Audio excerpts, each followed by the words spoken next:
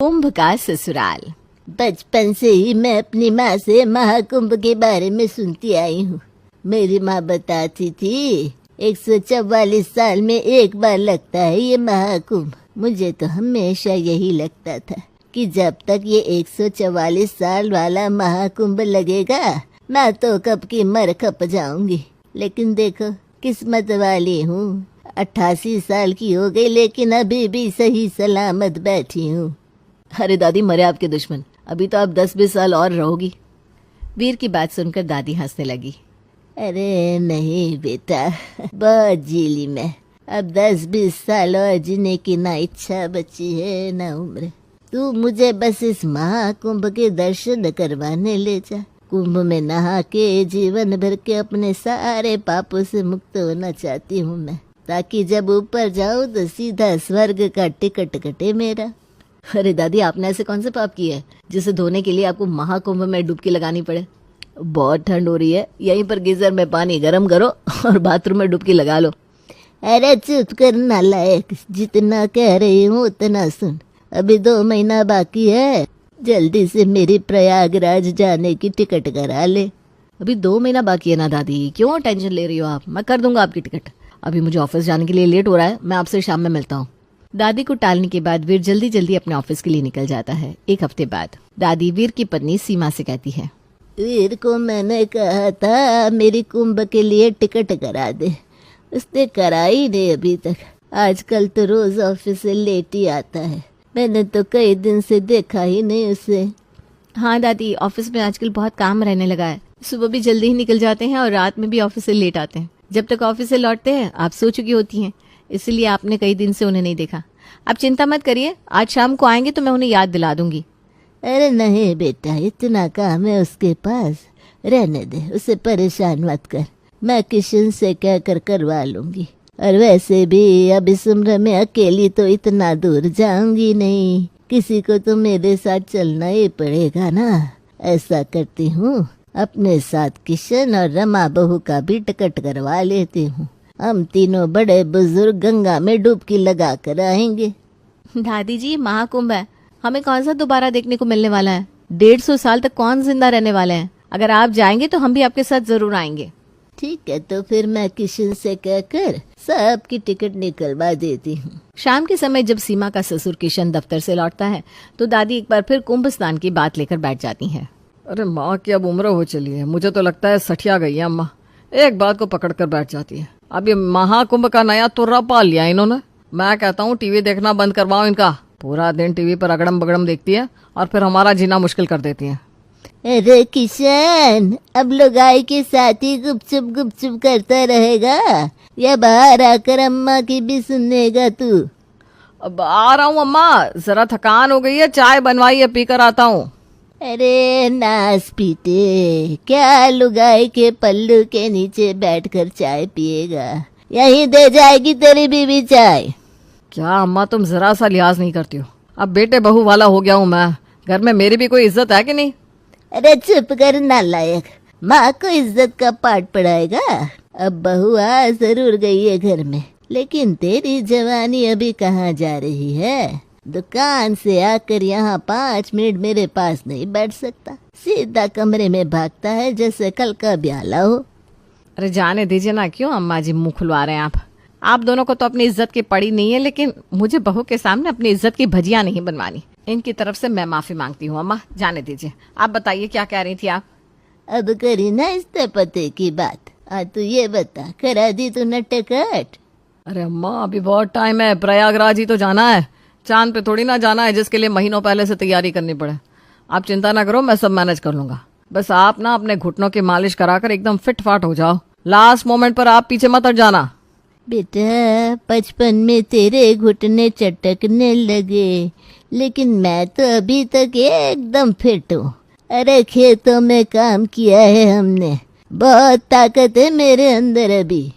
किशन की माँ कमला की दिल्ली इच्छा थी कि वो इस बार महाकुंभ में डुबकी लगाए और इसके लिए उन्होंने काफी दिन से पूरे घर में कोहराम मचाकर रखा हुआ था।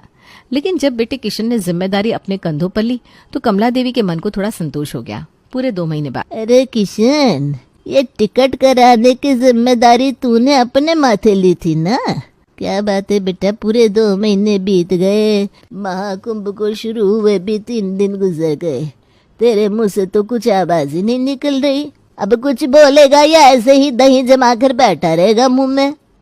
अरे अम्मा, कितनी बार तो बोला आपको कि बहुत काम रहता है मुझे दुकान में, सांस लेने तक की फुर्सत नहीं है, और तुम 2 महीने पुरानी बात पूछ रही हो। आपको याद दिलाना चाहिए था ना।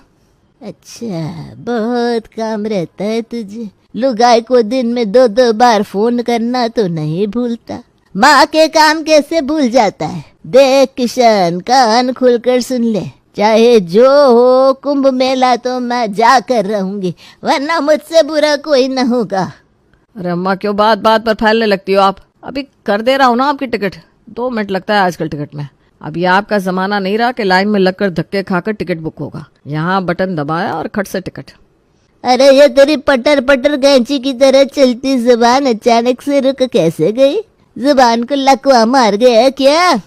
वो अम्मा, टिकट तो एक भी खाली नहीं है, अब टिकट बुक नहीं हो सकती।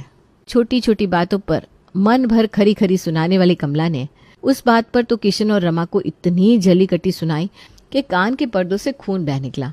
पूरे घर में तानों का जलजला आ गया, लेकिन अम्मा के व्यंग बाण थे कि रुकने का नाम ही नहीं ले रहे थे। वो क्या कहते हैं ना, 105 भाषाओं में गाली देना कुछ ऐसा ही नजारा था इस समय कमला निवास का। जब लड़ाई झगड़ा और गुस्सा काम ना आया तो अम्मा ने चलाया अपना अगला और अचूक अस्त्र, सिंपथी अस्त्र।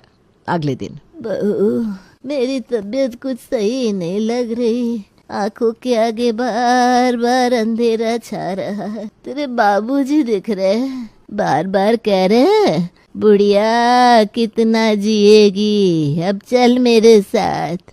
हाय अम्मा, आप ऐसी बात ना करो, मेरा दिल बैठा जा रहा है। ऐसा क्या हो गया रात रात में? कुछ नहीं बेटा, बड़े बूढ़े कौन सा उम्र भर रहते हैं, आज नहीं तो कल जाना ही है मुझे।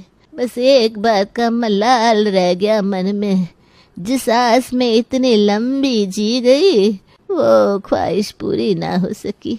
बेटा, आखिरी ख्वाहिश मन में रख कर जाने का मतलब क्या होता है ये तू ना समझेगी। हाय राम, ये क्या पाप हो गया हमसे? ये तो है ही चिड़चिड़े और जहरीले। मुझे तो ख्याल रखना चाहिए था अम्मा का। ये तो कभी मन ही नहीं आया कि ये आपकी आखिरी इच्छा भी हो सकती है। अम्मा, आप फिक्र ना करो, मैं कुछ करती हूँ। अम्मा की बातें सुनकर रमा का मन बड़ा भारी हो गया था। जैसे ही रमा कमरे से बाहर गई, दादी ने एक आंख खोलकर पोत बहू सीमा की तरफ देखा। गई क्या? हाँ दादी जी गई। जबरदस्त परफॉर्मेंस दादी जी, मजा आ गया। अरे आपने ऐसी एक्टिंग करी है कि मम्मी जी 2 लाख की भी टिकट मिल रही होगी ना, तब भी बुक करा देंगी अब आपके लिए।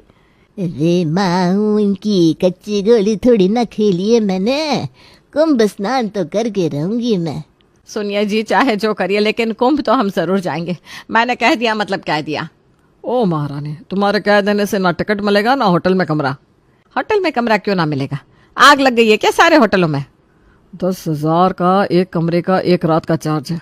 हमें 3 कमरे लेने पड़ेंगे। इतना दूर जाओगी, 2 दिन तो रुकना पड़ेगा। माँ से भाग दौड़ होने से रही।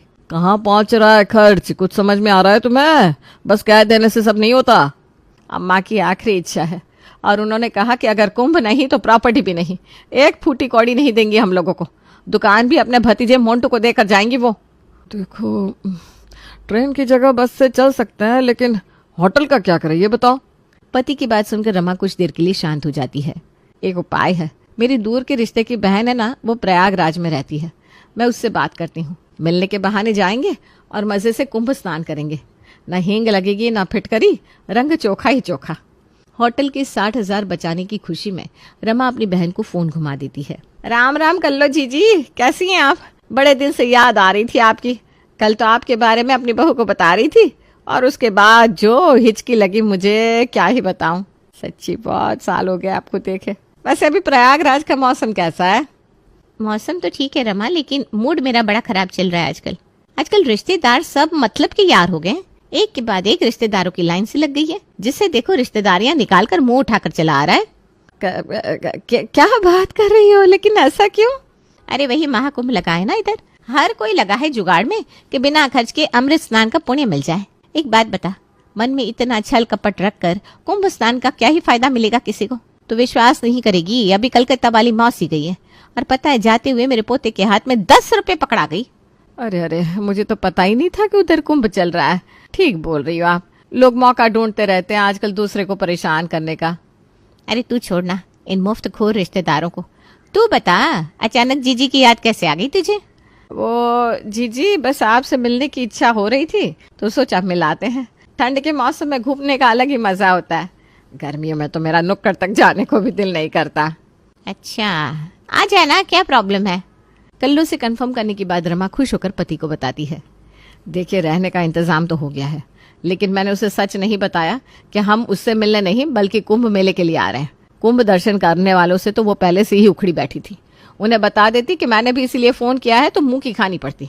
अरे ठीक है ना, फिर हम लोग वहां जाकर नाटक करेंगे कि हमें कुंभ नहीं जाना, और फिर बातों बातों में बहाने से स्नान करके आ जाएंगे, बिना खर्च के सब मैनेज हो जाएगा। रमा और किशन ने पूरा प्लान बना लिया था और अब वो पूरे परिवार को लेकर कल्लू के यहाँ पहुंच गई थी। अरे रमा बहू, ये कैसा सस्ता सा होटल कर लिया किशन ने। इतना पैसा कमाता है, दुकान से कोई ढंग का होटल नहीं ले सकता था। क्या कह रही हो अम्मा, ये होटल नहीं है, मेरी जीजी का घर है, हम उनके घर में ही रुकने वाले हैं, कुछ तो सोचकर बोला करो। अरे कौन सी जीजी, तेरी यहाँ प्रयागराज में पैदा हो गई? तेरी बहन तो नासिक रहती है। जब हम उज्जैन गए थे तो उसके यहाँ रुके थे, बड़ी दावत उड़ाई थी उसके यहाँ, काफी खर्चा बच गया था। अम्मा क्या कर रही हो, चुप रहो ना, ये वो जीजी नहीं है, दूसरी जीजी है, आप समझाइए ना इन्हें। अम्मा क्यों गोड़ गोबर किए दे रही हो, थोड़ा चुप रहो ना। खैर, किसी तरह अम्मा को चुप कराकर सभी लोग अंदर आते हैं। फिर कल्लो सभी के लिए चाय नाश्ता लगाती है। अगले दिन, मौसी जी लाइए, आपके पैरों की तेल मालिश कर देती हूँ मैं। हाय, कितनी प्यारी बहू है रमा तेरी, सूरज सिरत दोनों से हीरा। अच्छा, आजा कर दे मालिश। मौसी जी रुकी, पहले आपके लिए चाय बना कर लाती हूँ, आप चाय पीते हुए मालिश कराना तो आपको बोरियत नहीं होगी। सीमा मालिश करते हुए कल्लू से बातें करने लगती है। मौसी जी, आपके यहाँ क्या क्या है घूमने के लिए, आप बताइए, मैं आपको घुमा कर लाऊंगी। अरे बेटा, ऐसा कुछ खास नहीं है, और मैं तो उम्र भर से यहीं रह रही हूँ, सब घुमा हुआ है मैंने। फिर भी मौसी जी, कुछ तो खास होगा। हाँ, वो लगाए ना अभी संगम पर कुंभ मेला, फिलहाल तो सबसे खास वही है। अच्छा, कुंभ मेला का नाम तो मैंने भी सुना है, अच्छा होता है क्या? अच्छा, ऐसा करते हैं, कल शाम को मैं गाड़ी बुक कर देती हूँ, तुम्हें घुमा लाएगा, खुद अपनी आंखों से देखो कैसा होता है, क्या होता है, फिर बताना कैसा लगा। मौसी जी, ऐसे क्या फायदा जाने का, पता नहीं कैसा होगा, आप चलेंगी तो ही मैं जाऊंगी। हाँ अच्छा, मैं भी चलूंगी, आप खुश?